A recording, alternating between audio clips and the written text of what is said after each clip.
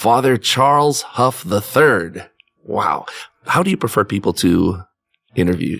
To address you? Most people call me Father Hough, Okay. but I have a lot of people also that call me Father Chuck.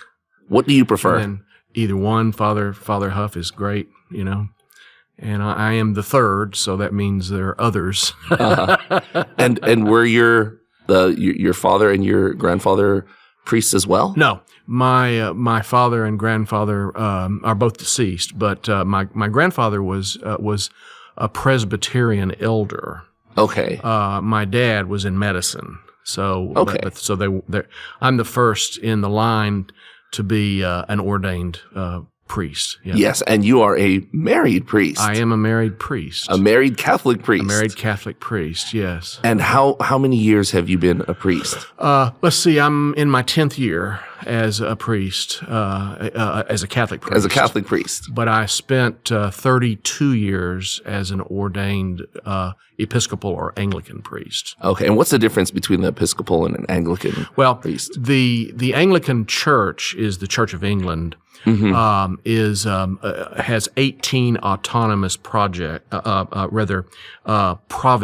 around the world. It's wherever the British Empire was. Okay. And each province is part of the Anglican Communion. And in the United States, the Anglican Church, or the Anglican means English. Yes. The Anglican Church was called the Anglican Church until the American Revolution. And you know, we fought the British. Yes. So once we derived our independence from the Brits, the Anglicans in the United States changed the official name of the province of Anglicanism in the United States to the Episcopal Church. Okay. Episcopal coming from the Greek word which means bishops. Okay. Episcopal. Episkopos, yeah. Okay, so it's like an offshoot or like the grandson it's part of the communion. It's part of the Okay. Anglican communion. Okay. Yeah. But remember, It's there's just 18 autonomous provinces around the Anglican Communion. The spiritual head of the Anglican Communion is the Archbishop of Canterbury. Okay. So everybody has heard the Archbishop of Canterbury. Okay, so it's not a separation. It's just within just a different name because it's here in the United States. Right. Okay, that's cool. And I spent 32 years as an ordained Episcopal priest here in the United States. Now, did you grow up in the Episcopal? I did. I Okay. grew up in the Episcopal Church. I grew up in Fort Worth, Texas, and was part. My parents were part of a parish, an Episcopal parish in Fort Worth. That was what we would say. Episcopalians and Anglicans it's a pretty broad church. Okay. You've got those that are very traditional.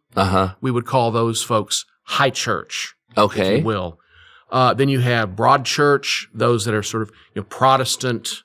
Yes. Sort of Protestant vanilla, you might say. And I'm being critical. No. Okay. And then you have those that are what we used to call low church. Okay. And like they have the communion service once a month. Okay. Well, I come from the high church Okay. or what's called Anglo-Catholic side of Anglicanism. It's the St. John Henry Newman, if you will. He is our great grandfather spiritually. John Henry Newman. If you know history, the history of the English Church and the history of Britain, it's part of the Oxford movement, which John Henry Newman headed up in the mid-19th century. And that was a movement that was within Anglicanism that was always working because of its Catholicity. It had lost its communion with the Catholic Church with Henry VIII. Yes. Of course. Yes. Back in the 16th century. Yes. But by the time we get to the 19th century, there always was a movement within Anglicanism to reunite with the Roman Catholic Church, with Mother Church. So there was always that movement within Anglicanism, and I grew up in that part of the Episcopal Church, the high church Anglo-Catholic wing. Okay, and I've heard that term before, the high Episcopalian. Yes. That's where that comes we have Mass every Sunday, every day. All the 7 sacraments are there. Anglicans make their confession. The problem is we had lost communion with Rome.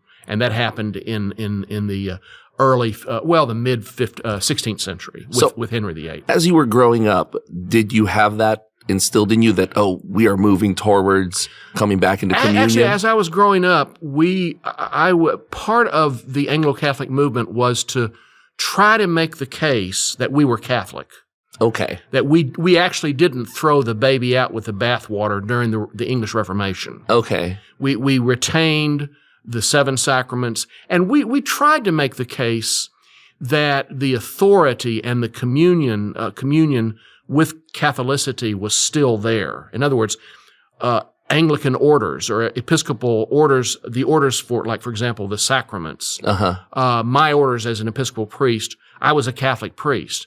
But I had come to recognize, and this was I'm sure we'll get into my journey somehow or another. Yes. But slowly but surely, I was taught that. I was taught the branch, we called it the branch theory. That there were three sections to Catholicity, to the Catholic faith: Eastern Orthodox, Roman Catholic, and Anglican. Yes. You see, that's called the branch theory. Mm-hmm. I finally, like St. John Henry Newman, who also came to recognize, I'm not comparing myself to John Henry Newman, but many of us growing up in the 60s and 70s and 80s began to realize ever so slowly that communion with Rome, we didn't have it. And our orders were really not valid Catholic orders. They were valid in the Anglican Church. Mm-hmm. And remember that Pope Leo XIII, in the turn of the century, 1900s to 2000, 1800s to 1900, Pope Leo XIII had declared finally Anglican orders invalid because we weren't in communion with Rome. That had been severed. And unfortunately, we've been separated from Rome for over 400 years. Wow. But no longer. Yeah. At least for those of us who have found our way back, which the Holy Father, beginning with St. John Paul II, have made possible. It actually began during the Second Vatican Council. We can get into that too. So the ball started rolling during Vatican II. The ecumenism decree in one of the 16 documents of the Second Vatican Council, early 1960s, was the decree on ecumenism, which talked about what church unity or reunion would look like. We are that. Oh wow, that is awesome. We now call it realized ecumenism. We're no longer talking about, the church gets together with other and we all talk about reunion. We talk about unity, church unity. Yes. I'm always in favor of that, Of course. Jesus wants us to be one. May they all be one. Yes. Okay? But the problem is that we've for decades and decades and decades, we've talked about reunion, but finally, since Pope Benedict promulgated the Anglicanorum Cedibus, which is groups of Anglicans, that decree, our apostolic constitution, what we have now is a realized ecumenism. It's an actual movement that is real, and Rome has given us the opportunity to reunite with the Catholic Church, bringing some of our Catholic, within Anglicanism, all these 400 years, our heritage back into reunion with Rome. That's fantastic. It's an incredible historic time right now for the church, and it's overshadowed by so much around us. Oh yeah, but it's a tremendous movement. Wow. Yeah, and we're part of that. When you were growing up as a child, did you have the idea that you were going to be a priest? Yeah, I grew up. The parish I grew up in was a very active, very, as I said, high church Anglo-Catholic parish. We were the children in that parish had a wonderful priest. His name was Father George Acker. He's with the Lord now. But he produced over the time that I grew up in that parish some 15 priests that became Episcopal priests. Of those 15, since then, probably 10 of those 15 are now Catholic priests. Some of them are deceased now. I was one of that number. I felt the calling to the priesthood because I think part of it was the devotion of my own family. My mom and dad were pretty devoted people, and I can say, and my siblings. I have to say that the priest was a major factor in my vocation. And I remember him bringing into the parish. It was a Friday night in Lent. In my parish, during Lent, Father had Stations of the Cross. Uh-huh. We all know what that is. Yes. Benediction. We had Stations of the Cross and benediction. Okay. And a guest speaker. And he had a very dear friend of his who was a former Shakespearean actor in New York that he went to school with, who became an Anglican monk. Anglicans have monks too, have monastics. Cool. And he was what we called a Holy Cross monk, the Order of the Holy Cross. And he gave his life up as an actor, brilliant actor. His name was Father Lee Stevens. He died not too long ago. He was in his almost 100, I think, years old. About 10 years ago, I guess he died. And anyway, he was sent to Liberia at that time. This was in the early 1960s. I was a kid. Okay. And he was sent to Liberia to work with a leper colony, huge leper colony in Liberia. And he came in, Father Acker invited him to the States, and he was touring the States, raising money for that particular mission in Liberia. And I think I was like 9 years old. I was sitting in the pew between my parents. The Hough family always sat on the left-hand side, the gospel side of the church, and like the third pew. That was the Hough pew, you might say. And we're sitting there, and he comes out. Their habits were pure white, with the cinctures and the knots and all the stuff. He had big, big blue eyes, tow-headed guy, very, very blonde, marvelous accent. Not British. He's an American, but he had that actor's accent, that Shakespearean kind of, very, Yes. And he had me from second one, How old were you? I was 9. Okay. Okay. And I'm sitting there with the rest of the congregation. He's talking about their work, what they do with the lepers, and what, how they take care of them. And they were raising money to buy or purchase rubber foam so that they could make gloves and booties for the lepers, because part of leprosy is the loss of the feel. The nerve endings die. Yes. And so they knock. It's like going to the dentist, except it's all over your body. Yes. And it's a horrible disease. Of course, it's treatable today. It wasn't. It was so treatable, but in Africa, it was a real problem where he was in the 1960s. Mm. But they were, and he explained all of this in about a 40-minute talk. And it was I look back at that now. That was so long ago.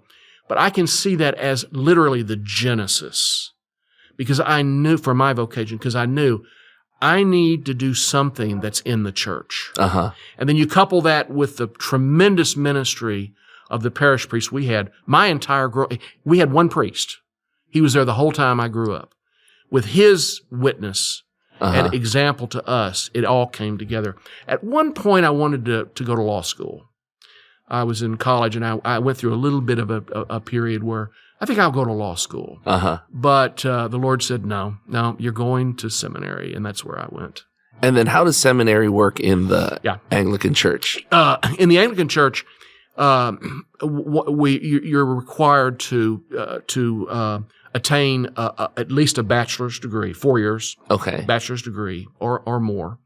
And then as soon as you do that, you go through the formation during that period. Okay. Through a diocese, through an Episcopal diocese. And the degree is in philosophy, my theology? degree is in history. It can be in anything. Okay. Yeah, I mean, we had people that had pre-med degrees. Had engineering degrees, but it needed to be a bachelor's degree. Okay. Mine was in history and sociology. And so I went from college into seminary. Seminary is 3 years. And then there's a year as a deacon. It's kind of an internship. So it's a solid 8 to 9 years. Okay. 4 years of college, 3 years seminary, a year before you're ordained a priest, year in the diaconate. And that, again, you're assigned to a parish. So very similar to the way that the Catholics Yeah, exactly. And they're concerned, the commissions on ministry are concerned about the human formation, how mature you are. Of course. I was ordained a priest as early as you can be, canonically, in the Episcopal Church. I was 24. Okay. And you couldn't be ordained any earlier. You had to be. You couldn't be any younger than that, canonically. So I was right on the cusp. How did you do that? I got through college, went straight to seminary. Okay. And I guess I proved to the members of the commission in that particular Episcopal diocese that I was ready. I had worked my way through college. I was an X-ray technician at a children's hospital. I had worked in various and sundry jobs, but I never quit. I actually worked full time and went to school full time. It was kind of, I had a lot of energy in those days. So as a seminarian going to college, how different is it than, because we've heard a lot of Catholic priests who grew up in the Catholic Church going through seminary and their stories. How different is it in the Anglican Church? Well, remember that the community of seminarians really doesn't form in the Episcopal Church until seminary. Until after the bachelor's degree. Yeah, until after. Yeah. Okay. I actually had 2 classmates in seminary that I went to college with that I didn't even know they were in the formation program. Okay. So now, that's a private thing. I went to the University of Texas at Arlington, which is a big school. Yes. So I remember I had a philosophy class, or one of the classes I had one of my classmates who later became a classmate of mine in seminary. And when we saw each other our first year of seminary, I remember the orientation that night. I went, we went to school together, didn't we? It was that kind of thing. But the community of seminarians forms once we get to the major seminary part. Okay, and then do you all live together in the seminary? Yeah, and that's how the seminary I went to is I went to seminary in Wisconsin. The Anglo-Catholic Episcopal Seminary in Wisconsin is called Nashotah House. Is that the closest one to Houston? No. There's seminaries, Episcopal seminaries all over the country. The closest one here is the seminary in Austin at the University of Texas. So why'd you end up in Wisconsin? Because of its high church, because it was Anglo-Catholic. Okay, that's the one that you wanted to go to. Very Benedictine, yeah. And so they had daily mass in that seminary. They had a requirement. The spirituality was very Catholic. We made our confessions. We went to benediction. Being a Benedictine seminary, an Anglican Benedictine seminary, we all were assigned jobs. In other words, the seminary didn't have much of a staff, maintenance and all that. We did it. Okay. It's the Benedictine rule. Okay. Work and pray. Yes. And I was assigned, my job in seminary was, I was sacristan. And so that helped pay for part of my seminary. And so I was one of the seminarians that was in charge of setting up for daily masses for the priests and all of that sort of thing, and training the new seminarians coming in liturgically. And then you had the very rigorous academic side of it. Because, it's a graduate school. So you're taking Greek and Hebrew and systematic theology and all the rest, liturgy. It's a balanced kind of thing. Now, remember, in the Episcopal Church, clergy can marry. All right. Yes. And celibacy is we had celibate men as well. Okay. We also had married men. I married in college. Okay. And so Marilyn and I, we've been married now 48 years. This year is our 48th anniversary. We lived in the married student housing section of the seminary. Okay, so that's cool. There's the celibate or the single in the what we call the cloisters. Nashotah House was founded in 1842, the seminary, and it actually was founded to train priests to go and missionize in the native tribes, especially in South Dakota. Okay. So that's really what the mission of that seminary was. But it came out of, remember I mentioned the Oxford movement. Yes. It came out of that movement. So very high church, okay? And it was a 3-year program. And then when I finished and graduated from seminary, we had our first child. She was born, our daughter was born. Marilyn went into labor the night of my graduation from seminary. Wow. And our daughter was born, and our daughter who's now 42, she teaches at Duchenne here in Houston. She's a second grade Catholic school teacher in the girls' school, the Catholic girls' school here in Houston. That is cool. And then we had, I have a son. We have a son, and he's a Catholic priest. So, yes. And he is the pastor and rector of the Cathedral of Our Lady of Walsingham here in Houston. He is the pastor there. I've actually been there. It's awesome. Yeah. It's an awesome experience. And he's been there about 10 years now. We were ordained actually together. Really? Yeah. Yes, that's right. When it all started happening. We were in the first wave of the newly established ordinariates. The ordinariate, well, we can kind of get into that, but the personal ordinariate of the Chair of St. Peter is the diocese. There are 3 ordinariates in the world, which the Pope has established, and they've been around now over 10 years. And they're dioceses is what they are. They're called ordinariates.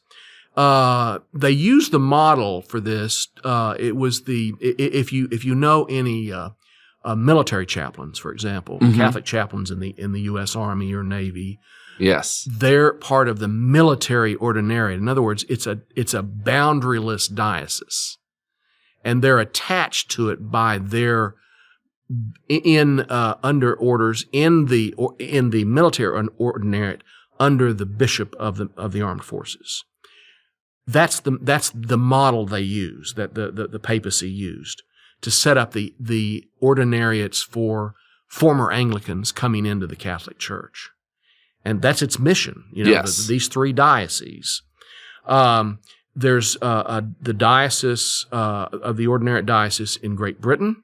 Okay. There's one here which takes in North America and Canada, or United States and Canada, North America. And that's the personal ordinariate of the Chair of St. Peter. Then there's the personal ordinariate of the Holy Cross, the Southern Cross, which is the one in Australia. Okay. So there's 3 dioceses.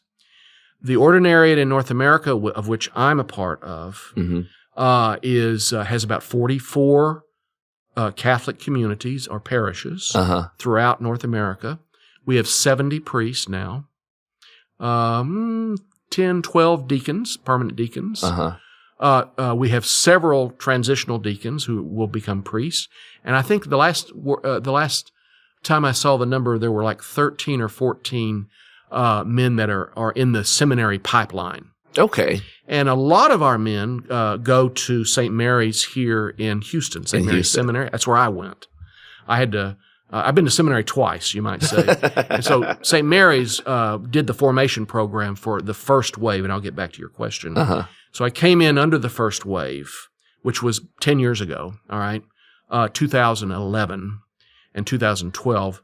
The first wave was ordained, deacon and then priest. We were ordained. I was part of the group from Fort Worth. We had 6 of us in Fort Worth that were former Episcopal priests who were then ordained by Bishop Kevin Vann, who was then the Bishop of Fort Worth. He's now the Bishop of Orange, California. Okay. He ordained us to the priesthood, a diaconate and the priesthood. And then my son was one of those priests, and my son, myself, and 4 others. Okay, my son was a former Episcopal priest. He followed in my footsteps, you might say. And then he converted about the same time that I did. He was a part of that movement in that diocese. And he and I were ordained together with the other 4. There were 6 of us in all. And someone did some research, and they think that it was probably it's been since about 1180 that a father and son had been ordained together in the Catholic Church. So it's been a long time. That is awesome. And the press at that time, the media picked up on that. So I had to answer jillions of questions. There were 2 questions they always ask us. It was about celibacy and married priests. Our issue is not married priest and celibacy. The reason why the Pope allows for married priests, they're former Episcopal priests who were married. That's it. And he sets aside the rule of celibacy on a case-by-case basis. Yes. For church reunion. purposes. Yes. In other words, there'll come a time, the standard in the ordinariate, like any other Catholic diocese, is celibacy. Yes. We're kind of extraordinary, but it's for reunion purposes, you see. Now, if Marilyn dies before I do, then I'm celibate. That's how it works, just like a deacon. Yeah, okay. So and remember that a married Episcopal priest who converts to the Catholic Church goes through the formation, and it's pretty rigorous, and then is ready for ordination. Only the Pope can order that. It has to be ordered by the Pope because he has to set aside the rule of celibacy so this man can be ordained a Catholic priest. So I remember when I first was ordained priest, I had people where I was working in Fort Worth at various parishes. They say, "Now, are you fully a Catholic priest?" And I wanted to say, "Well, I don't know how you're not fully. You either are or you're not." They didn't. It took a while for it to sink in. You see. Yes, I think among Catholics as well. Cradle Catholics. Yeah. And this is a new work. It's only 10, 12 years old. Now, remember that this movement actually began with John Henry Newman, of course, back in the 19th century. Yes. When he converted as an Anglican priest. He converted to Rome. Okay? And he had finally come to recognize that the fullness of the church required communion with the papacy. And that's what we all have made that journey. Okay. We've come into the realization that the branch theory is really not correct. Okay. Now we're not casting aspersions on our past in terms of I'm very, very thankful that I spent 32 years as an Episcopal priest. I remember Bishop Van told me sitting in the front room of the rectory at St. Patrick's Cathedral in downtown Fort Worth when I was kind of wringing my hands saying, "It took me a long time to get here, didn't it?" I mean, I'm 50. At that time, I was 50, 55, something like that. And maybe 56, yeah. And he said, "Now, Chuck," first name being Chuck, he said, "Don't cast aspersions on how the Lord got you here." And that's when I realized, well, I took the scenic route to the Catholic Church, But also remember that being a priest of that particular diocese, I was the assistant to the bishop. And I was in that position for 18 years. That's the vicar general, if you will, for that Episcopal diocese. So I had influence as his assistant in the lives of 54 different congregations. There were 54 parishes in that diocese. And I felt obligated to use my experience growing up in the church, growing up in a movement that was trying to reunite with Rome, finally. And I felt that I needed to spend as much time as I could in my own journey trying to help others, lay people, come into the church. And that's what Anglicanorum Cedibus is about. Pope Benedict gave us that decree, that apostolic constitution.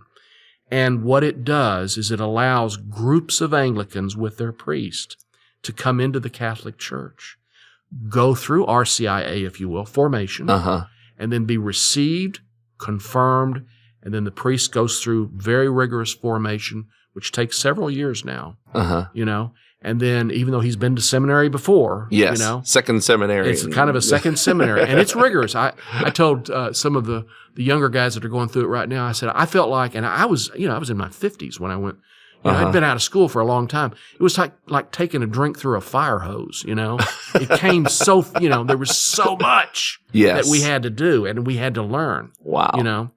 And I mean, it was an incredible experience.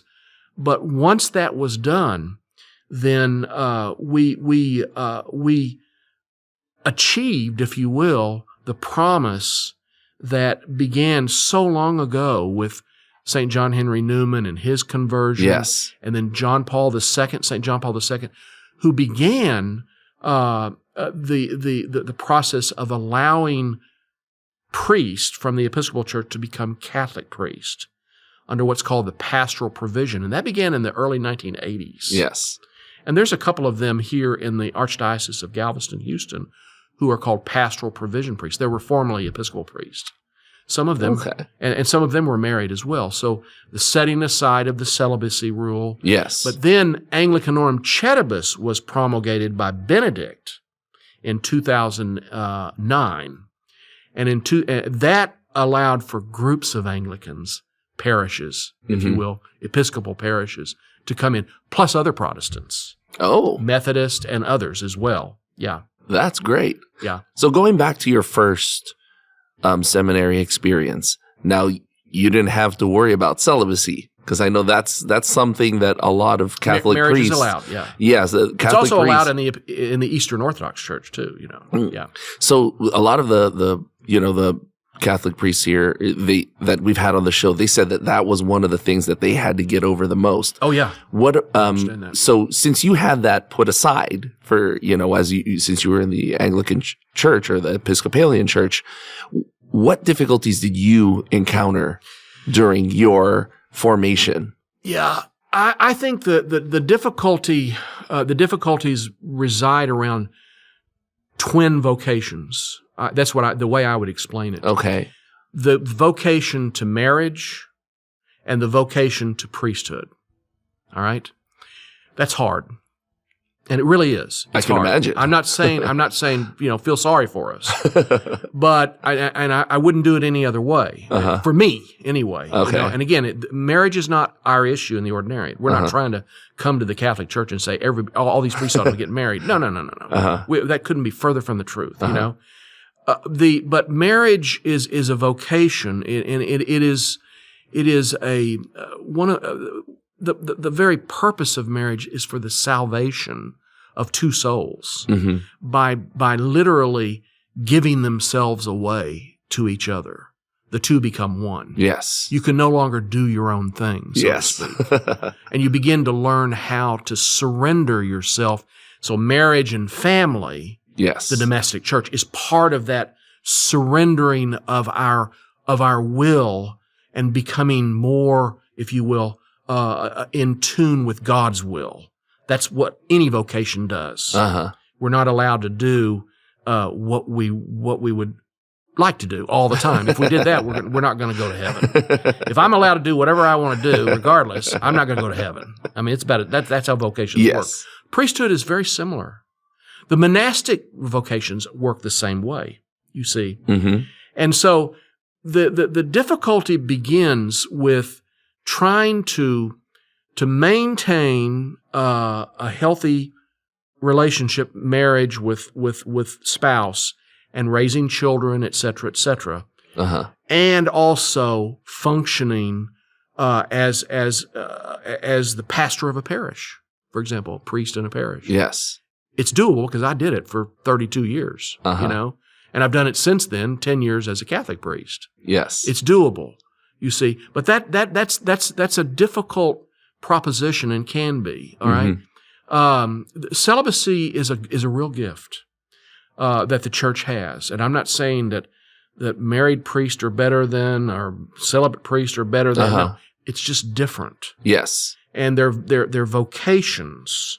And God is seeing to it that souls are being given the opportunity to surrender themselves to God's will. And that's how we become holy.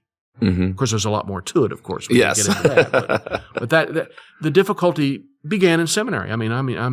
It was going through seminary as a married seminarian. Yes. I had a wife. Yes. I had good friends who had children there. We didn't have any children. Remember, my oldest wasn't born until your graduation. And that was a godsend to have to wait till then. But some of my friends had several children. Wow. So do they lived with the married student housing? We had all kids all over the place. Yeah. And then do the wives have to undergo classes as well? No, they were always invited to audit if they wished. They could come in and sit. Okay. And a lot of them worked for the seminary. My wife worked for the dean of the seminary that I went to. She was helped with the fundraising activities of the seminary, and worked in the seminary office itself. And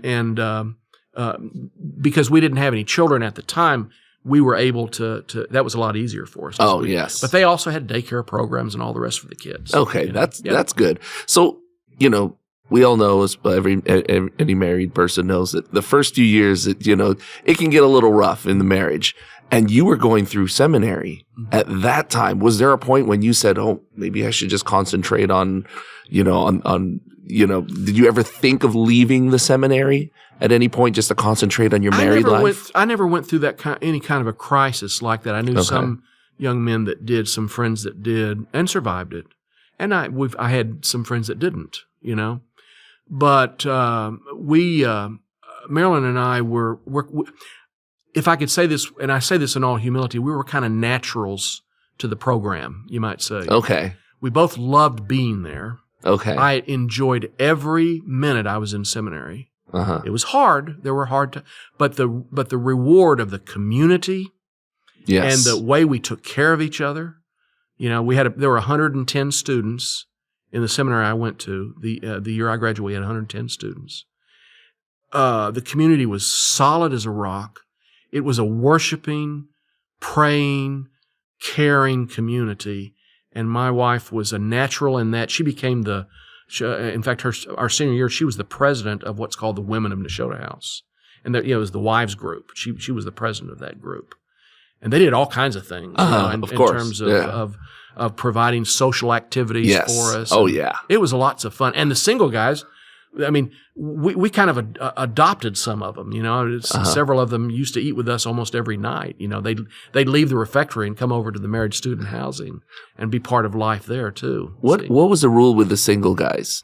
Were they allowed to date while they were in the seminary? Were they not? Okay, they could. Yeah, they could. But once the seminary formation began, if you're single, then to move into marriage, you needed the proper permission, yes, of the authorities within the seminary and the diocese that they come from. Okay.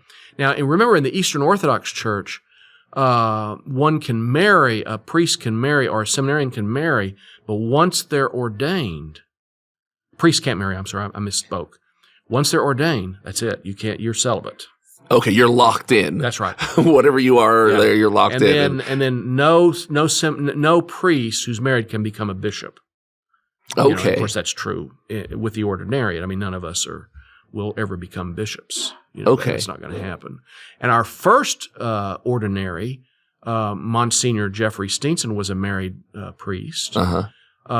And the first ordinary of the Chair of St. Peter, being married, he couldn't be a bishop, but he was made a Monsignor, and he was the ordinary of this ordinariate here, the diocese here, until Bishop Stephen Lopes, who's now the Bishop Lopes is a celibate priest. So he has been ordained a Catholic bishop. He's our bishop, and his office and chancery are here in Houston, right beside Our Lady of Walsingham. Okay. And I used to work there because I was the vicar general for the ordinariate before I stepped down. I was the vicar general for Monsignor Steenson. He and I worked together in the early days of it's when we had nothing.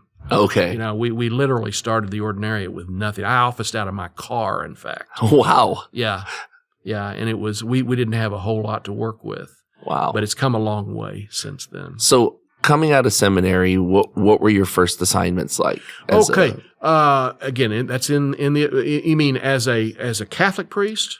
As the first seminarian experience. Okay. So I came out, I was assigned to a parish as a deacon, and I spent a year in the diaconate.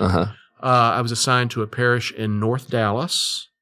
Fort Worth then was in the Episcopal Diocese of Dallas. Okay. Now those two dioceses are separated. There's Diocese of Fort Worth and just like in the Catholic Church, and the Diocese of Dallas. But I was assigned to an Episcopal parish, Epiphany, in Richardson, Texas, which is just north of Dallas. There, it's a suburb of Dallas, a northern suburb, and I spent 2 years there, in fact. And then from there, when I finished my diaconate and was ordained a priest, then I was assigned to a parish in Sarasota, Florida. One of my one of the bishops that I knew very well in Dallas, the auxiliary bishop, his name was Robert Terwilliger, had a former student that he had taught years ago who was the pastor of the big Episcopal parish in Sarasota, Florida. It's right on the bay. It's a beautiful place. You come out of the front door of the church and there's all the big yachts and sailboats and stuff. And he was looking for a parochial vicar, if you will, an assistant priest. So all the way to Sarasota. I spent 2 years there. Why you from all the way over here in Texas? And the Bishop Terwilliger thought I would be a good match. Good match. Okay. And in fact, I worked for him, that pastor, for 2 years. Then I was brought back to Fort Worth. Okay. And spent the rest of my ministry until I converted to the Catholic Church in Fort Worth. But that priest in Sarasota later became the Bishop of Fort Worth. Okay. And part of that connection was to me and to the people I knew in Fort Worth. And remember, in the Episcopal Church, bishops are elected by the diocesan convention. Okay. There's no pope. Okay. You see? Yes. So they're elected. It's more of a democracy. Okay. For good or bad, But he was elected bishop of Fort Worth, and so he became our bishop. So I had and then I became his vicar general. So I worked for him twice. So Bishop Terwilliger knew what he was doing way back, you see. And then I had a number of not only my own home parish priest, who was a great influence on me, but I had a number of very, very Anglo-Catholic Episcopal priests, older priests who were a big influence on me as well. And none of them lived long enough to cross over with us. I call them the generation of Moses, because Moses didn't cross, Yes. But they got us to the river. All these, and a lot of them, I look back at that now and I think, gosh, that, it's been. You look back and you look into the sort of the mist of the past, and I don't think some of them even realized what was actually happening. They were being faithful to what they thought the church was, still practicing what's called the branch theory. I mentioned. Yes.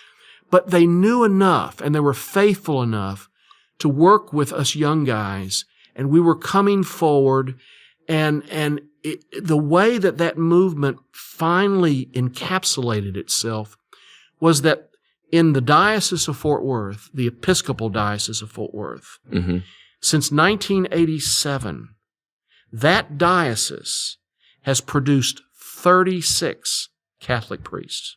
This is an Episcopal diocese. Yes. 36 priests, all right, are now Catholic priests. That's more than some Catholic dioceses. Yes.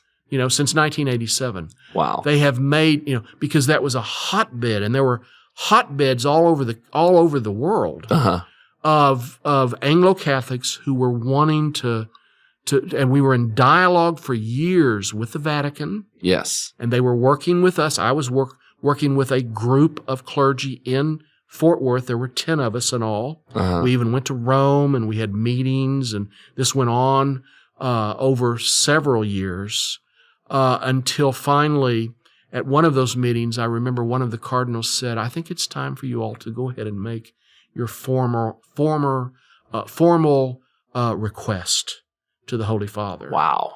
And so the group in Fort Worth, and there were others around the country and the world that were doing this. Yes. And our group made a very, very formal request to help us come into the Catholic Church. And because of those requests, 2006, 2007, all the way up, well, really earlier than that, 2004, these requests were being formulated. Benedict, who was, Ratzinger, who was then Pope Benedict, who had a tremendous respect for English Catholicism and the English culture, Yes. And understood us, very well. He promulgated what's called now Anglicanorem Cedibus, groups of Anglicans. That's what it means in Latin. Anglicanorem Cedibus, Cedibus being groups. He allowed that in 2009 as a response to our wanting to come into the Catholic Church, and the way we requested it was, I used the illustration. We had hat in hand. We had no conditions. Please take us, and we were ready to become lay people in the Catholic Church. Not be ordained. Really? And many of our guys we all walked away from our living. And some Episcopal priests are fairly well paid, you know. And I'm not trying to make anybody feel sorry for us, but there was a lot of sacrifice that took place. Wow. I walked away from a lot. We had to sell our house. I worked in the ordinariate in the early days. I wasn't paid for like 18 months. And so I made a living by helping in parishes and in the chancery, and I said masses and did things, and so it was called the stole fees, if you will, kind of helped support us, and we lived on our savings until I told you we started with pretty much nothing in the ordinariate. But the transition was miraculous, and we would none of us would do it any other way. We have no regrets, and I get up every morning, and I know my colleagues, priests, and around the ordinariate get up every morning and thank God that we're Catholics, because it was a hard journey, but it was a glorious journey. So in the early days of that journey, did you have others who were trying to convince you not to? Yes. What was that like? John Henry Newman went through that. Back in the 19th century. He lost a lot of friends. My wife and I lost most of our friends. Really? In the Episcopal Church. What did they say to you? Well, it was they just quit talking to you. I mean, it was just kind of ended, Wow. Some of them felt that we were not being faithful. We were being, kind of traitors to the church. Wow. We had abandoned and I tell people all the time, I wasn't driven out of the Episcopal Church, although the Episcopal Church has lots of problems. All right, and again, I don't want to be critical, but they've embraced lots of stuff that is not, it's not good Christianity. Okay. They've taken on a lot of the ways of the world. Okay. And I don't want to get into any of that because some of that's very provocative. Okay. And the modern day cultural battles that are going on, the Episcopal Church is involved in that. The Catholic Church has a magisterium. This is one of the reasons why we felt like we needed to come into the fullness of the faith, the magisterium. The truth is the truth. There's some things you can't change. Yes. And part of that is morality. There's some kind, as a Catholic, some morality can't be changed, right? And so there's a stability there. Okay. So that's coming into the Catholic Church and those ties, those fraternal ties and friendships, a lot of them were severed. We didn't sever them, but they were still severed because there were a number of people that didn't want anything more to do with us. What about relatives? No. Marilyn and I didn't have that trouble. Okay. Relatives. Yeah. That's good. I've got relatives that are still in the Episcopal Church. And I still have lots of friends in the Episcopal Church. Okay. But I remember I was more of a higher profile priest in that diocese. Okay. Being the second in charge, you will, the vicar general. Yes. And for 18 years, and it my conversion to the Catholic Church was a shock to a lot of people because I was, I wasn't just sort of a parish priest out there. Yes. But I had influence in the whole diocese. And that was a difficult time for us to lose some friends. And I remember there was one lady that in one of the rural parts of the Episcopal Diocese of Fort Worth that told me that I needed to get psychological care or something. Wow. She thought something was wrong with me. Really? Yeah. How do you? So you have that kind of thing going. They don't understand the conversion or why. Why would you want to become a Roman Catholic? That kind of thing. There's bigotry. It's very real. Catholics are discriminated against even to this day. And we experience that. John Henry Newman did too. And then coming into the Catholic Church, you have the other side. I have always been warmly received. I never had anybody. I've had friends that have been in Catholic communities. It took a little bit for them to get used to it. What do you mean you're a married priest? It's that kind of thing, And I smile, I understand that. They weren't used to married priests. How can you say Mass and be a priest and you're married? What is that about? They're not aware. That's why. Exactly. That's all it is. Mm-hmm. And we needed to do some education. And again, we're not trying to change anything. We're not storming the church with all of our ways, No. That's not how it worked, And also remember that the rites of, or the liturgy of the ordinariate is Latin rite. Mm-hmm. It's not its own rite. Yes. A lot of people don't realize that. Okay? But the divine worship, which is the missal of the ordinariates, okay, stands right with the new missal of the Roman rite. Yes. It's right there. Yes. And then there's the extraordinary form. Those are the three. We're not, there's no such thing as an Anglican rite. It's the divine worship, okay, mm-hmm. which is the missal and the liturgy for the ordinariates, all right, as we are part of the fullness of the Latin rite. See, a lot of people don't realize that. So if you go to an ordinariate parish like Our Lady of Walsingham, yes, and you make your communion, it's a valid communion. I had that exact experience. It's a Catholic church. I had gone to Our Lady of Walsingham, not knowing that it was a former Episcopalian parish. And actually, it never was. Really? No, that was an Anglican rite church. Okay. That one was never an Episcopal church. Uh-huh. It was Anglican rite, but there's no such thing as Anglican rite anymore. Okay. This is the realized ecumenism movement. It's done. Mm-hmm. History has been made. Yes. We've got these dioceses that specialize in being Catholic. We're in the Catholic Church, yes, but we have a certain flavor that the Pope wanted. Yes.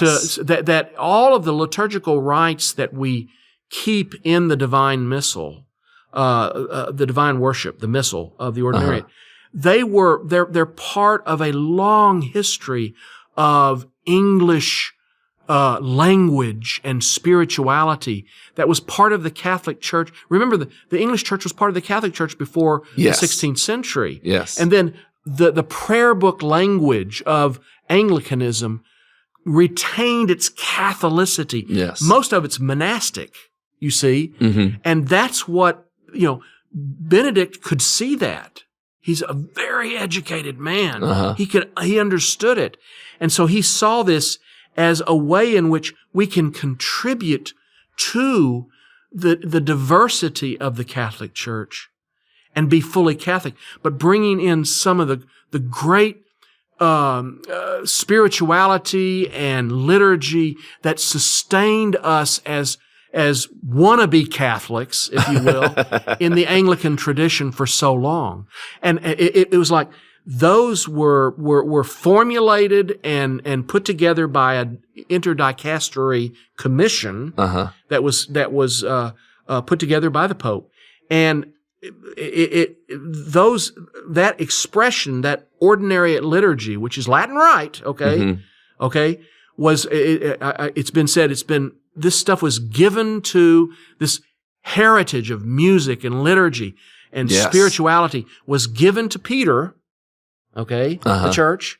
Yes. Peter purified it, filtered it, and then gave it back to us as Catholic, promulgated as a Catholic, missal and spirituality.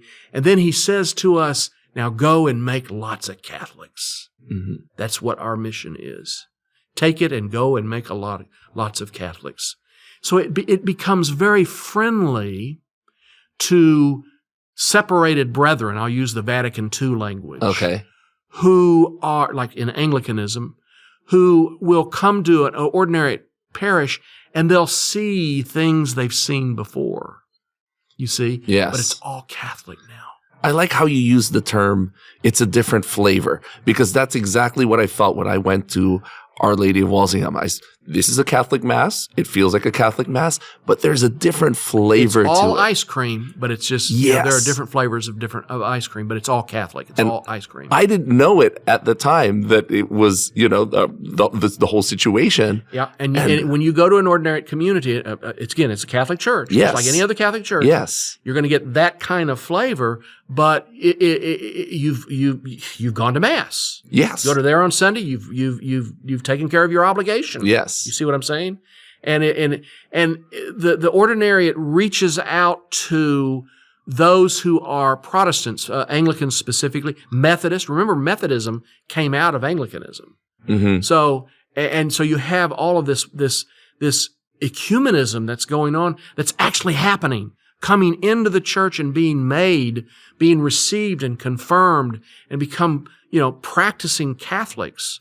So and then there are those that are cradle Catholics that are part of the ordinariate, but they, generally speaking, have family that were Anglicans or something like that. Yes. But we don't turn, the church doesn't want us to turn anybody away. Uh-huh. So you'll have ordinariate communities that have cradle Catholics in them too, Now, we don't go around and proselytize, but we're really not doing that because we're all Catholic. Yes. You see? Yeah, it was a funny experience when I went to that Mass, because my wife and I, we'd gone there. My sister recommended, you might go to this church. It's pretty cool. Check it out. So we had gone there, and the Mass happened. It was a Catholic Mass, felt like a Catholic Mass, different flavor. And then at the very end, the priest, who's your son, baptized his child. Right.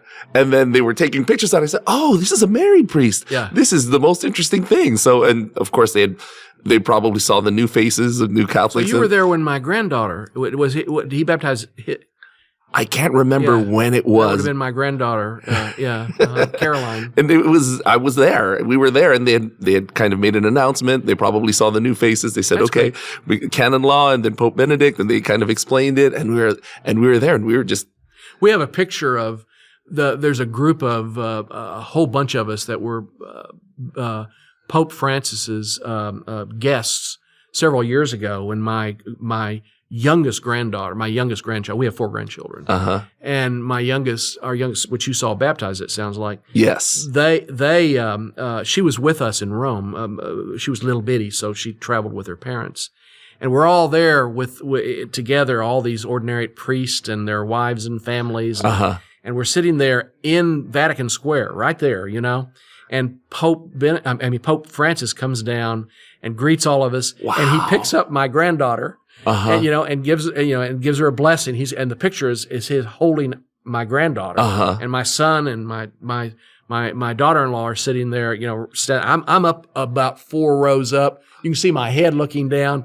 And one of the priests hit me like that when the Pope was blessing my granddaughter. He hit me and said, "Your granddaughter's a relic now." It was a great, we were there in Rome to be received and congratulated on all the tremendous success that had happened with the Ordinariate in North America. And the Pope Francis was just absolutely wonderful to us. And we spent some time at the CDF, the Congregation for the Doctrine of Faith, which is just right, the big palace, or I guess I'd call it a palace. It was a big, giant, building that they had a big reception for us there, and it was lots of fun, That is awesome. Yeah. So let's going back to, getting the ball rolling for, entering the Catholic Church and all of that. When did you realize, wow, this is going to happen? This is actually happening. Yeah, and that's a good question. It really is, because that was part of the journey. Therefore, I would say a decade. Really, since I would say since about when we were really moving with this by the mid 1990s, as individual groups around, we didn't think. What it was a pipe dream. It was a pipe dream. Or we could have gone ahead and just, as people have said, why didn't you just go ahead and convert and become, but we felt called to bring those with us to help heal the separation that had happened 400 years earlier. That was part of in our heads, Is it possible that there could be promulgated some way to do that? Now, we had the pastoral provision. I could have submitted myself individually. I almost did a couple of times. Really? As an Episcopal priest. And then those guys are just assigned in the normal Catholic diocese. Okay. And I almost did that a couple of times, but I still had that because of growing up in this diocese with these wonderful Anglicans, many of which I think really needed the kind of care pastorally to help bring them in the church. And we brought them. We brought a lot of them with us. And that wouldn't have happened if you had just converted. No, I don't think so. Yeah. I wish it would have been more, but we had forces working against us. I mentioned some of that. Some of those people were actively working against us. Really? Yeah. And it was some of it was unfortunate, and remember, in their mind, they saw us as kind of, what's wrong with you people? Why are you leaving? And this is a diocese. Part of what caused that is the Episcopal Diocese of Fort Worth was a very conservative, and I would say very faithful diocese, still is.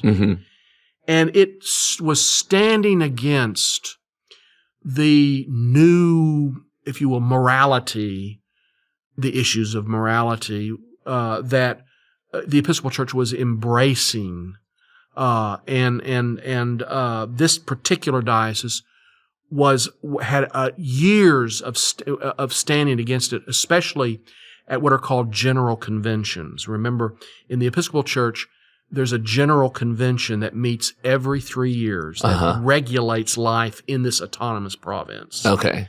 And in general conventions, literally can vote on doctrine. See, there's no magisterium. Oh, wow. So when you don't have a magisterium and when you don't have that kind of authority, you end up with voting on morality issues too, like same-sex marriage. And the Episcopal Church has embraced all of that. Okay. And we saw that as we want to be pastoral to everyone, of course. Of course. Jesus loves everyone. Yes. We're all sinners. Yes. But we don't have any business changing doctrine and morality. That's not our purview. It's like trying to change the sacrament of baptism. You don't change the sacraments. Yes. It's capital T truth. That's a bit. This diocese was very faithful in doing that, and still is. And that's one of the reasons why it produced so many Catholics, is because it became apparent that the Episcopal Church was, and I say this, and please forgive me, I'm not trying to be critical, but it became a bit of a lost cause. Really? It was irreparable. They had gone too far. They had voted in so many things that were just, anti-Christian, I think. Really? A lot of it, unfortunately. Now, the people in the Episcopal don't see it that way that are there now. And again, I don't want to be critical of them, and I'm not, this is not a blanket thing. There are lots of faithful Episcopalians. Yes. And believe me, there are, and they understand what's wrong, and there's lots of stuff in the Catholic Church that's not, that's difficult at times, and there is, So these conventions, you've got the high and the low church as together. well. So they're all together. Yeah, a very broad, diverse group. Okay. And so you've got this group, and they're very politically active. Okay. And that's the other thing that I became very sort of, I went to seminary and learned theology. But I was at general conventions with clergy that went to seminary. I think they learned political activism because they ran circles around us. And they did, it's a very politically active, there are wings in the Episcopal Church very politically active. But that's true of any church. It's not just I speak to the Episcopal Church because that's what I was. I can't, but that's true across the board. Was there any point during the whole process of, entering the Catholic Church that you had said, okay, this is probably not going to happen? Or was there a big obstacle? What was the biggest obstacle that you had to get past? In coming into the Catholic Church? I think now I can only speak for me. Okay. But I can also speak for lots of converts that come in from the Episcopal Church. I didn't have any obstacles. I mean, theologically, I was already there. Okay. I was raised, I think, a Catholic. Uh-huh. The only thing that I missed was reuniting or going into communion, being in communion with the Holy Father. You know, I was ready from day one almost. A few things I had to work out, you know, here and there. I had to learn, you know, Catholic canon law. That's, you know, there's some theological things I had to bone up on and get up to speed. Yes, and that's part of that formation business. That was important, and I took time to do it, and I'm glad I did. But some converts had to go through struggling with things like Mariology. You know, Protestants. A lot of Protestants. I think Fulton Sheen, Bishop Fulton Sheen, used to say it very beautifully when he'd say, some of the things that people respond to with hostility when it comes to the Catholic Church are the things that the world says the Catholic Church believes. Yes. You know, and not what the Catholic Church teaches. Yes. So I spent a lot of time during my formation period, which lasted, you know, a long time, working with Anglicans. I taught a class in Fort Worth that lasted almost a year. And in fact, we had gathered in lots of Anglicans that were in that class. I taught the class once a week, and we ended up with just as many cradle Catholics that joined us. Because they were saying, we haven't heard any of this. You know, and what I was doing is I was teaching them the Catechism and specifically Lumen Gentium from the Vatican II, you know, the great the great Constitution from Vatican II, Lumen Gentium, you know, light to the Gentiles, and which is the Constitution on the Church.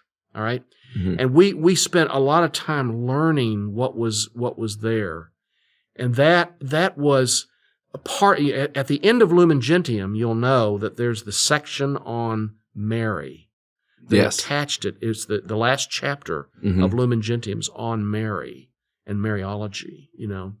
And that was always a bit of a barrier for a number of Protestants. So I was one of the priests. Well, I wasn't a priest then. I wasn't a Catholic priest yet. I was in formation. Yes. But we together worked through those issues to recognize what the Church truly teaches. And then you come to recognize you can't do without Mary. You know?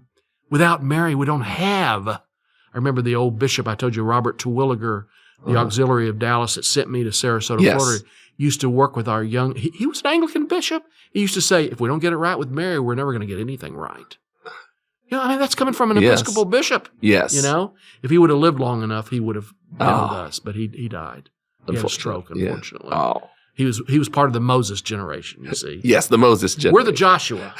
Joshua crossed the river and went into the promised land with the group. But Moses didn't make it. And he was part of that Moses contingency that was so important to us. Did you have any, you know, of those who started the process with you and then dropped off? Yes. What was it like for them? What did they? I think that part of them dropped off because of the financial difficulties. Okay. And I understand that. These men had families. Yes. You know? And the ordinariate allows for its priests to work outside the church if they have to. Okay. No other Catholic diocese allows that. Okay. But the reason why we allow that from time to time is because our resources are not where they will be someday. We have positions in the ordinariate they can't pay full time. So some of our guys have to work outside I did. Okay. You know, and what did you do? Well, I worked in the chancellery, for example. Yes. Yeah. And in Fort Worth. I worked for Bishop Van in Fort Worth, but I also worked in a couple of other parishes where I did supply work for the priests, you know, and heard confessions and that sort of thing. Okay. You know, and I'm doing that now. You know, I do that here at St. Bartholomew's. Yes. And I help with carrying the load, the priestly load here at St. Bartholomew's, to help supplement because I'm not on any salary, because I'm in the first wave. I'm technically considered retired now because I stepped down as vicar general in the ordinariate, and the bishop is. I had some health issues. I had a couple of surgeries. Okay, I'm doing great now. Okay, that's good. But I am. I'm doing great. But I had to slow down a little bit, and so the bishop was kind enough and graceful enough to allow me to give me a retirement status, so I didn't have to be in a cure or a position that's full time like a pastor again. Yes. And so what I'm allowed to do now is to help where I can, and according to what my energy level is. Okay. Well, it's pretty good now because I'm doing a lot. but I'm not. I tell people all the time I don't have to go to meetings anymore. I've been a priest between Anglican and Catholic for 43 years. I don't have to go to meetings anymore. I don't have to raise money. I don't run a parish. I've done all that.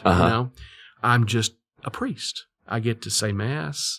I get to preach. I get to teach. You could enjoy those things. I'm a sacrament. Yes. I'm a sacramentalist. And I love it. And it took me 43 years to get here, and a little bit of bad health. Again, that I'm doing much better now. There for a while I wasn't, but I'm doing much better now. And I don't mind saying that. I mean, I went through, and I had to slow down. My doctor said you got to slow down. Do you find yourself having to explain it a lot?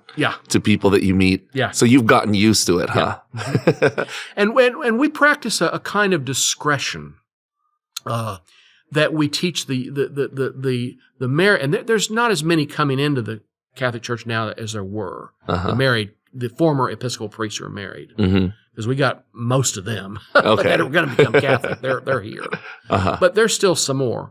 But we make it clear that we need to be very sensitive as married priests to, especially if you're in a parish, be careful because some people don't understand. Yes. I mean, I don't walk around holding my wife's hand. I mean, that may sound, unless that parish is totally together with it, so to speak. Because somebody might see the image and think something scandalous. Yes. It looks scandalous. Yes. You see. I don't use sermon illustrations about my wife, especially when I'm in parishes that don't know me. Because they're going to say, "What is that about?" You see. So again, we're sensitive to it, and we should be. We should be. And I have to tell you that Marilyn and I have never run into any hostility. Now, we know some who have run into a little bit because of, and we mentioned this a few minutes ago, but it's only because they just didn't understand. I've never run into it myself, but I do have to explain it. And you've gotten very good at explaining it over. I go to a fitness place where there's a couple of the little old ladies there had said, "You're a Catholic priest, yeah." And that's your wife over there? I said, "Yeah." How does that work? So I got and these are Baptist. Happened to me a couple of weeks ago. Not just Catholics, but also sure, yeah. People. They're going, "Well, what is that?" Because they don't, Catholic priests aren't supposed to be married, are they? So I have to explain, that this is kind of an extraordinary situation. And, it's the reunion to allow that to happen. It's God-given, and the Pope's in charge of it, and we're not doing anything wrong, and, that sort of thing. So you said you and your son together entered the Catholic Church. Yes. What was that like, the two of you? Incredible. Yeah, that was an incredible experience. He followed me into the Episcopal priesthood. He went to A&M for his undergraduate work, and then went to the same seminary that I went to, and then became an Episcopal priest and was assigned to a couple of parishes before he was with a younger group of clergy in Fort Worth, the Episcopal Diocese, who were also working together to come into the Catholic Church, and so he was part of that whole group. And it just happened that we were in the same sort of cadre of priests or seminarian and then becoming priest, being ordained together at the same Mass. And there's a wonderful story I heard that when our dossier, our file, if you will, was sent to Pope Benedict for his approval, once our formation was completed, once we, you got to go through psychiatric evaluations and oral canonical or, oral tests and all this kind of stuff. Background checks and all of that. Yeah. That you've got your theologies correct and that you're up to speed to be a Catholic priest, academically and otherwise. I would think the scrutiny would be a little more. It's a little more. It can be in certain areas. It's a little intimidating, even as somebody as old as I was, but it was intimidating. I felt like a kid again. But our dossiers were actually taken to Pope Benedict and put on his desk together. And they opened them up together for him, and they said, now, Holy Father, this is the Father and the Son that are being ordained. And they said he just laughed and then signed both documents to order but he signed ours together. That's amazing. And then we were ordained together. Again, there are other father and son Catholic priests. But it's like mom dies and then dad becomes a priest later. Okay. That kind of thing. Yes. I know there's a few of those in Europe. Okay. I don't know in the United States there may be. I don't know. But being ordained in the same Mass, that's a different animal. And that hasn't happened for over 1,000 years or almost 1,000 years. That's amazing. Now remember that in the early church, priests could marry. Yes. Yeah. Peter was married. And so you do have, but celibacy didn't become the staple that it is, I should say, until a little bit later. But the fact is that to be ordained with your son, I remember being interviewed by the Associated Press, just like this. Yes. And he was right beside me, and we were being asked all these questions. And it was surreal. I'm sitting there with my son, talking about being ordained a Catholic priest. It's a wonderful gift. And I have to say, I'm prejudiced. He's a fine priest. He's done very well at Our Lady of Walsingham. He's his position right now is. He's there. He's the pastor. Okay, and then he has a position in the chair of St. Peter as well, if I'm not mistaken. Well, right? he's a liturgical officer. Okay, that's what it is. Yeah, and he's actually working on his doctorate in liturgy. The University of Vienna. They have a distance program that they work with. And he's working on it, so he'll be getting his doctorate in liturgy. And he's Charles the Fourth. The fourth. Okay. And then his eldest is Charles the Fifth. He's 13. We call him Charlie. Does he have any thoughts of becoming? He wants to be a doctor. Priest? Okay. It's a part of my family. My family was in medicine, and part of my daughter-in-law's family, they were in medicine. So he's kind of picked up on that, and he wants to be a surgein. Any other sons that might become? Him. Well, I have another grandson, Wills. Wills is he's into being a boy. He's a good kid, but still he's younger. But Charlie is wanting at this stage. Okay, he's wanting to be a surgeon, and we encourage him.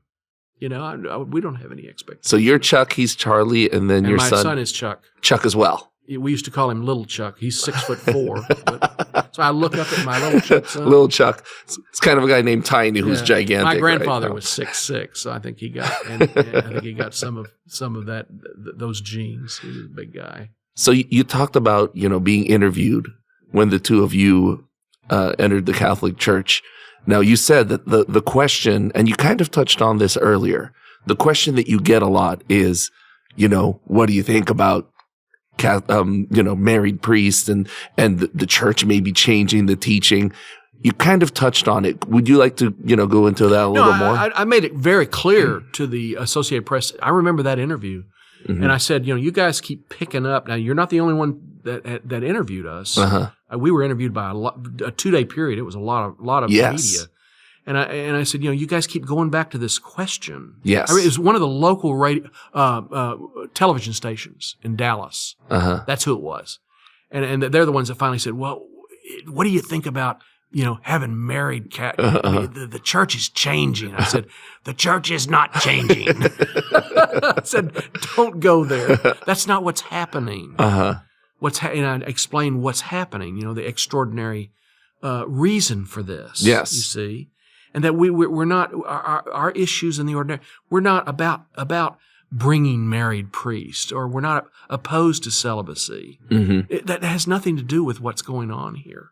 And it took a while for us to get these reporters to understand that, but they're not theologically, the nuances, they're not quite there. They were looking for the headline. They want the headline. That's right. And it's a headline.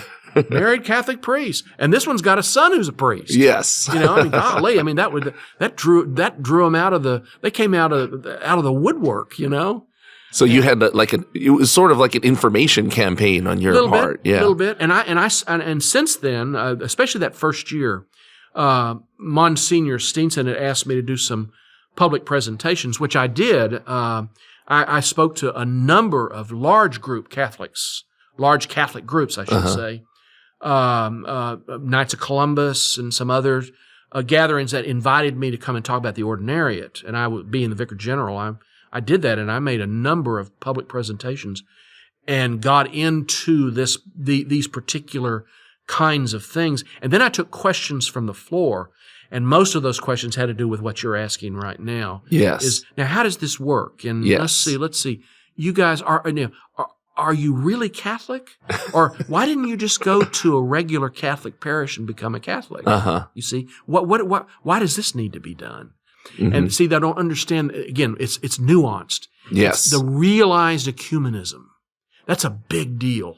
Yes. This is the Catholic Church reaching out to the world, providing a way in which reunion becomes easier. Peter giving us the liturgy back and saying, now, you're approved now. It's fully Catholic. Yes. It's got a lot of Anglican flair to it, okay, and flavor. But you're not Anglicans anymore, but go out and make Catholics with it now. Uh-huh. That's what it's all about. You laid the groundwork. That's what it was. You were trailblazing. Yeah. And opening, who knows, this could be the beginning of floodgates opening. And we're just as comfortable, a priest like me, I'm just as comfortable using the Novus Ordo. I do it here at St. Bart's or any other place. The divine, we're bi-ritual, you might say, One of the things I tell the acolytes here at St. Bartholomew's, I said, now when I get up to the altar, be sure and bring me the missal immediately. So open it up, because I want to stay in the Novus Ordo, because sometimes I'll jump into the ordinariate, right? Okay, hold on just a minute. Where am I now? It's that kind of thing. But it works. It works fine. It works fine. But we're just as comfortable with the Novus Ordo. Yeah, it just depends on where you are. And then some of our ordinariate communities were formed with the modern language, so they use the Novus Ordo and not the Divine Missal, and that happens as well. You see, and that's okay too. You see, they stand with each other now. Mm-hmm. We're fully Catholic. Yes, and we are fully trained to be Catholic priests. Period. Now, if somebody wants to, go into all of the details of, everything that you've been through and the theology of it all, what would be a good resource for them to read up on? The Personal Ordinariate of the Chair of St. Peter website. And if you go on to that website, then you can hit that, in the upper left hand, there's that where you hit that and you see the various and sundry things. Resources. And then go through there and you'll see all the founding documents, the Divine Missal. You'll see some of the pieces that were written by various and sundry authorities that explain how the Anglican heritage was filtered in, how it was Catholic even during the 400-year separation, the prayer book language, the beautiful Elizabethan language which we use in in ordinariate worship. It's high English, beautiful language, almost Shakespearean. We have that, you see, and how that all became a part of it, how the Pope had ordered all of this, and how the filtration took place, and the commission that worked on it. Okay. We had some local people here at the University of St. Thomas, the head of the English department, Clint Brand, Dr. Clint Brand was brilliant, member of Our Lady of Walsingham, brilliant liturgist, and brilliant, just a brilliant man, was part of that. He gives lovely explanations. And it's all on the website? It's all on the website. Okay. It's all there, yes. Now I understand you wrote a book? I did. Now it's out of print, but this is the book that was actually, remember the class I talked about? Yes. That I taught. I did a series for almost a year of off-the-cuff, really off-the-cuff presentations of about an hour apiece. Okay. In which I took Lumen Gentium and I used it as the backbone of my presentation to this group of Anglicans learning how to become Catholic. And then we ended up with a whole lots of cradle Catholics that were part of it as well. And that book was actually, there was a very dear parishioner who taped all of it. And then he transcribed it. Oh. And then a number of people edited it. It was funded through the Knights of Columbus. And the title of the book is May They All Be One. All right. It's about that thick. And it's basically a catechism based on Lumen Gentium. Okay. The Vatican II, one of the four constitutions of the Vatican II, and it's probably the most famous of the four. All right. And it lays out in absolute detail what the church believes and teaches. And I spend a lot of time on Mariology. I have 2 or 3 chapters on Mariology alone. Okay. Because it's a barrier. Yes. For Protestants. Yes. And there are other things as well. An understanding of the scandal of particularity, the Jesus is the only way. That's a scandal to our world. How dare you be exclusive with the truth? Because we live in a culture of relativism. Yes. Any truth is good enough. Your truth, and you define your own truth. Yes. We live in a culture like that. Yes. There's no truth. It's like Pontius Pilate standing before Jesus saying, "What is truth?" Pontius Pilate said to Jesus, "What is truth?" We live in a culture like that. Yes. This lays all of it out, and it's written for people who are converting. Okay. Now, it's out of print now, and I don't think there's any more copies. What about a digital copy? Is there a digital copy you can download on one? Yeah, at this point Amazon or something? Yeah. The only thing I could do is I can make an inquiry as to whether the editor, who is the fellow that edited it, would have anything. I think I do have. I'd have the original transcriptions, but they're in a box about like this. That would be great if the editor could, get that digitally so people could, I'll ask Dominic. Download it on Amazon for $1 and there you go. And his name is Dominic Perriello. He lives up in Oklahoma. You can read it on your phone and yeah. But it was a lot of work, but it's now it's not like reading a novel. It's a catechism. Okay. Is what it is, and it's laid out. Remember, it's transcribed from me talking, presenting it. So, it's not that I sat down and wrote this. They're transcribing my lectures. Okay. And I didn't use notes. Oh, wow. See, I had Lumen Gentium before me and all that. But I talked off the cuff. And so that's where that comes from. And it was happening during my own formation. And then a little bit later, after I was ordained, I think I finished up those classes. And that would be something good for an Anglican to take a look at. Yeah, anything like that. But I think that starting with the documents. Okay. Now, remember, our official catechism is the Catechism for Adults. Yes. We're no different than any other Catholic, Mm-hmm. But the founding documents and explanations are on the personal ordinariate of the Chair of St. Peter. Just put it up in the thing, personal ordinariate, and it'll come Chair of St. Peter. Yes. And it'll come on there. And then you go to resources. Go to resources and kind of fool around with that, and you'll see all kinds of stuff, and it's very helpful. There's also a few snippet kinds of it's like one sheet explanations that have question answer right down the line, just like the bullet points. Bullet point. There's that going on as well. It's very helpful, and the chancellery put that together so that people can see what the ordinary what this diocese is about. This Catholic diocese. Looking back on your entire journey and everything that's happened to you, what would you say to somebody who is thinking about converting from, the Episcopalian into the Catholic Church? Well, first of all, what I would say is don't be docile. That would be my first. Docility is very important. Okay. Study, understand what the Catholic Church teaches. Understand the need for a magisterium, which the Catholic Church provides. Understand the authority of the Church and what it is. Okay, that the Church is, I don't like to get into the politics of the Church because that's and there are politics in every church. The Catholic Church. Yes. That's what I was referring to a while ago. Yes, you're going to get politics. Yes, but the Catholic Church is about the salvation of souls, and it's the fullness of the faith. Understand that you're looking at it, make that your goal to at least look at that with open ears, open eyes, open heart, a docile heart.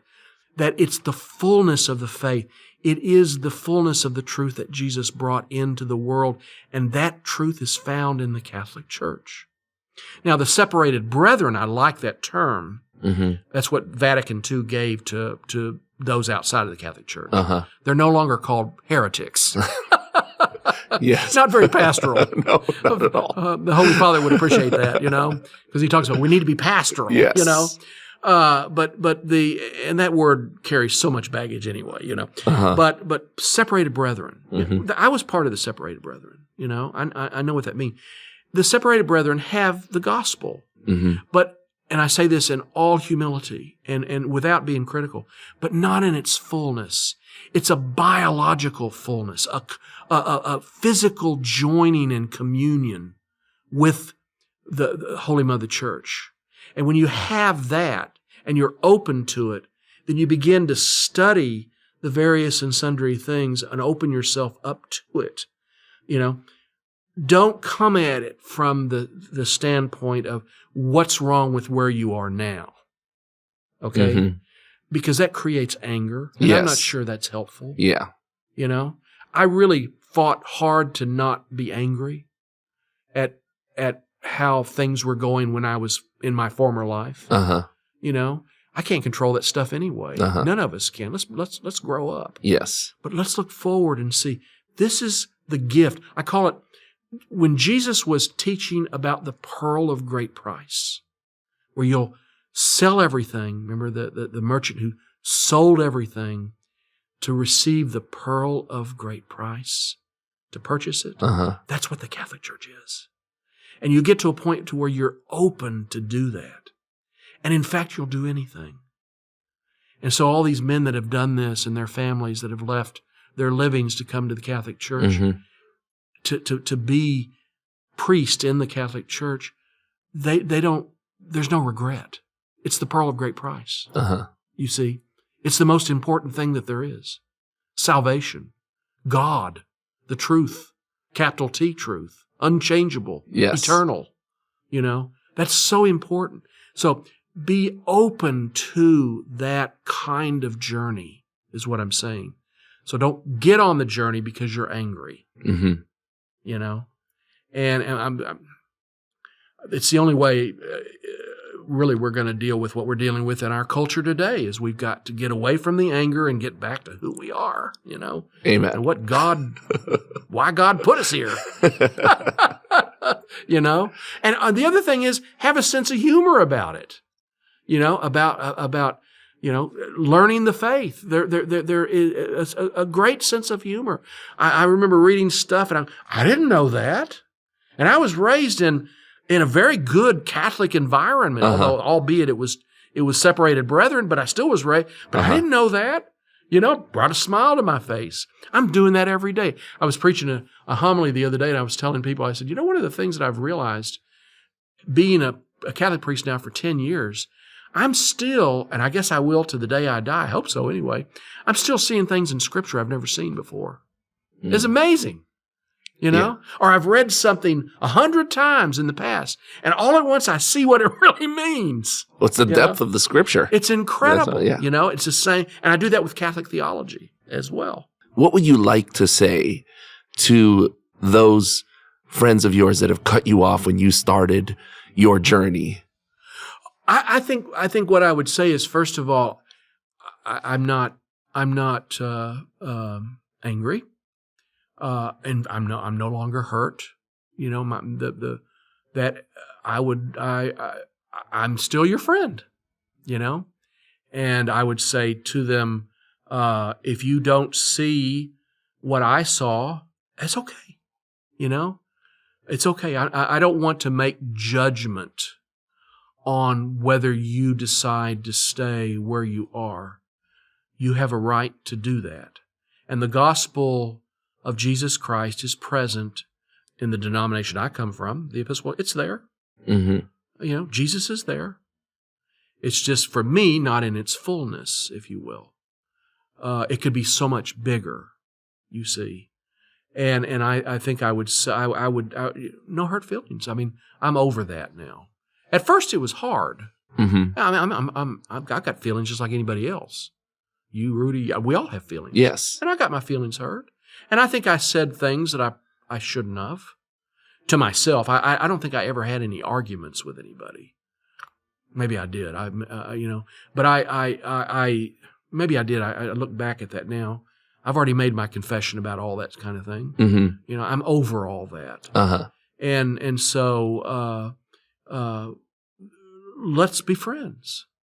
Let's share our experiences together, because they're part of friendship. Is something that overturns these kinds of severings, or it should anyway. What advice would you have, or what would you like to say to some of those Catholics that don't know the situations, the ones that come up to you and they say, "You're a married priest? That's not allowed. This is scandalous." What do you normally say to them? Oh, I always say, well, let's talk about it. And I have no problem with anybody coming up and talking to me about this sort of thing, but give me a chance to explain it. You don't get tired of it, having to explain it all the time? I don't. I really don't. I enjoy doing it. I really do. I enjoy talking to you today. I've done interviews like this before. Your interview here is pretty in depth, but I enjoy it. This journey has been life transforming for so many people, and it will never. Again, we don't look back. Mm-hmm. We don't have any regrets. Yes, and we're just thankful to be here, and we want to talk about it. We want to share it. It's part of who we are. It's part of our ministry. You see, and that's part of our the apostolate that we have. That would be a good word to use, is to explain this. Yes. Yes. To teach it, share it, and to share it without judgment, if I talk to an Episcopal group, I make it very clear, and I've tried today, I don't want to be critical, please. Mm-hmm. I know I sound that way, mm-hmm. but I'm really not. Now, there was a time when I kind of was, but there's no need for that anymore, you see. Now, looking back at your whole journey, everything that's, all the way back, your many years as an Episcopal priest, your years as a Catholic priest, how would you want to be remembered? Oh, I think my wife said the right thing to me one day when I was kind of ruminating on how difficult this has been at times. We're glad we did it. Mm-hmm. No regrets, but it hadn't been easy. And I remember saying to me, she said this to me several times, Chuck, you did the right thing.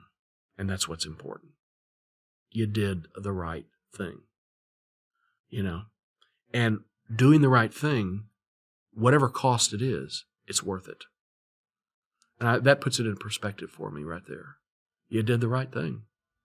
So you want people to remember he did the right thing. He did the right thing. I followed my conscience. I tried to anyway, And I feel like I want to believe that I was a positive influence on those that came with me and those that have come since because of our ministry. It's not just me. Mm-hmm. I'm part of a much larger, wonderful, beautiful, loving ministry, apostolate, if you will. And I just, I became a faithful Catholic. That's what I want to be remembered, Do you ever think about, let's say 10, 20, 100 years into the future, the fruits of the groundwork that you lay? Yeah, I do. That you have laid. Yeah, again, it's not just me. I mean, I'm one priest. Yes. I mean, you are part of that. Yeah, part of it. And I'm just one guy, one priest. Yes. And I've been blessed with so much influence around me that's been so positive, Yes. I don't know, how would I answer this question? That's a good question. 100 years from now, 50 years from now, I hope that being part of this realized ecumenism, this movement, yes, that now is no longer just talked about. I mean, it's being lived out. Yes, will be lived out in other ways, maybe with Lutheranism. Yes, Presbyterianism, whatever else. Yes. In other words, Rome is reaching out to the world. Yes. And to the separated brethren. That's a bet. Yeah, there yes. You go. That you'll see more of this sort of realized ecumenism among separated brethren from other denominations having ordinariates, having their own ordinariate with the specific kind of flavor. Mm-hmm. That's Catholic, just, yes. Fully Catholic. Yes. But you see, and I think that, the tapestry of the Catholic Church is so brilliant and wide and broad and just more additions to that tapestry, yes. if you will. That's a legacy, right? To be part of that ongoing movement. And I have no doubt that's what's going to happen because this has been a great success. Now, there are some congregations in the Ordinariate in here in North America that didn't make it. That's always when you start from scratch. Uh-huh. That's true anywhere. Some of them don't make it. Most of them have or are on their way, but some of them we've had to suppress because they just didn't get off the ground. Okay. When you start a congregation from scratch, that's a very difficult ministry. Yes. And there's no guarantee it's going to be. There was one here in Katy, St. Margaret of Scotland, the ordinary community here that was at St. John 23rd. It was housed there in their chapel. Uh-huh. Didn't make it through the pandemic. Oh, is what happened. Okay. And it just didn't make it. And there's a few others around. So, but that's not the thrust is not in what we've lost or those that didn't make it, mm-hmm. but in what has come from it. And what's come from it is it shows the Catholic Church that it's reaching out to the separated brethren. Brethren works. Yes. And it's no longer just words. Here's the proof. We're no longer just going to meetings and talking about church unity. We've done it. Yeah, we've done it, and it can be done again and again and again. Yes, the fathers that put this together, the wonderful, faithful people that put this together, and I've mentioned some of them, including Yes. Benedict and John Paul and St. John Paul and so on and so forth, the Dicastery Commission, all of them, they did it. They did it. It works, and it's alive. It's well. The baby is growing. The baby's bigger than a baby now. The baby's Yes. growing up a little bit. Not quite maybe to adolescent yet, but it's getting there. In other words, it's able to survive on its own. Yes. And that's wonderful.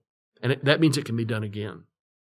So, I my early days as an Episcopal priest, I remember going to diocesan conventions, and we need to send somebody to the ecumenical talks, meetings, and and you go over and over every year, and more, and all you do is sit there and talk about it. I don't want to talk about it anymore.